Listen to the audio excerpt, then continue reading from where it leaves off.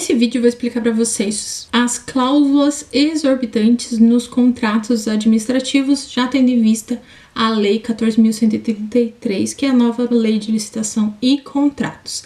Então vamos lá. Então, quais são as cláusulas exorbitantes?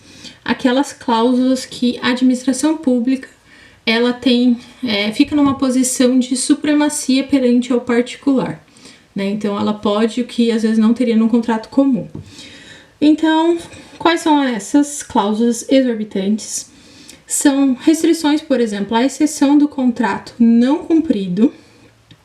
Então, se a administração às vezes não cumpre o contrato, isso não pode ter uma rescisão ali automática desse contrato. Tem uma tolerância de 2 meses ali. Isso é bem cobrado, né? Tipo, já foi bem cobrada essa questão e provavelmente vai continuar sendo.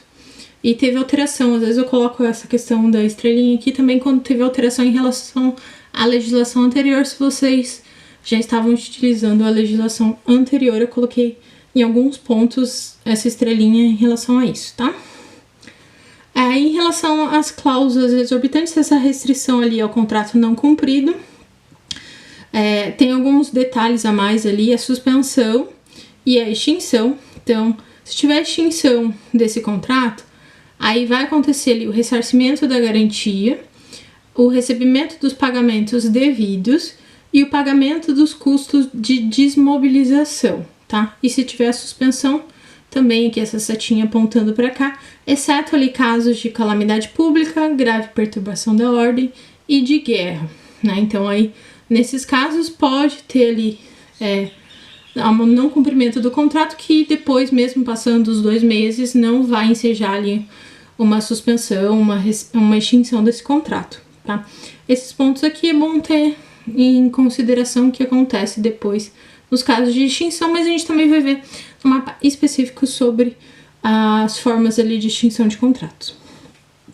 Então, outra cláusula exorbitante é de ocupação temporária ou provisória. Aqui eu coloquei uma casazinha com um reloginho, um despertador ali dentro para ajudar a lembrar. Então, nos mapas é interessante a gente colocar desenhos, eu coloco alguns, mas vocês podem fazer o de vocês, assim, não importa ele ficar muito bonito. Importante ajudar vocês a lembrar esse conteúdo, porque às vezes é muito chatinho, né?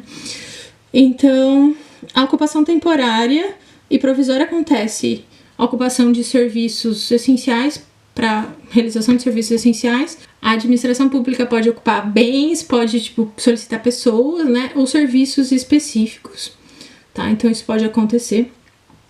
A exigência de garantia, então entra como uma cláusula exorbitante, a administração pública pode exigir uma garantia. A aplicação direta de penalidades, né? Então, não precisa recorrer ali ao judiciário para aplicar determinadas penalidades.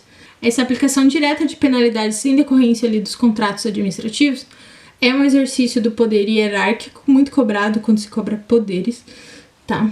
As sanções podem ser advertência, por exemplo, por um atraso injustificado, multa de 0,5% a 30%, o impedimento de licitar novamente ali com a administração pública em várias instâncias, até 3 anos, e a declaração de inidoneidade, ou seja, é uma outra penalidade. Então se declara ali que aquela empresa ela não cumpriu corretamente ali, então não pode contratar ou licitar novamente. A aplicação direta da penalidade é uma aplicação exclusiva do ministro de Estado ou do secretário de Estado ou do município, tá? Não é todo mundo que pode fazer essa aplicação direta de penalidades em relação ali ao contratado. Medidas de compensação também constam como cláusulas exorbitantes. O processo de fiscalização, né? Então, como que acontece essa fiscalização? Nós teremos um representante da administração pública, o fiscal de contrato, e um terceiro ele pode fazer assistência, pode ajudá-lo. Então, e da contratada se determina uma pessoa que é denominada preposto, que vai representar a contratada. Então, tudo que precisa ali em relação à contratada deve ser estabelecido em relação ao preposto, não aos trabalhadores diretamente, né? Senão pode acontecer alguns problemas ali legais, assim, de vínculo contratual, de reclamação de vínculo contratual posteriormente. A extinção unilateral desses contratos. Aqui eu coloquei até um extintor de incêndio. E esse dinossaurozinho aqui, para mim, representa extinção do contrato. Então, pode acontecer processo de extinção unilateral, né? Extinguir o contrato unilateralmente. A administração pública, por um determinado motivo, ela precisa fazer aqui. Ou também a alteração, tá? Esse triângulozinho aqui é muito utilizado na química, para quem não conhece, quando tem uma alteração, uma modificação.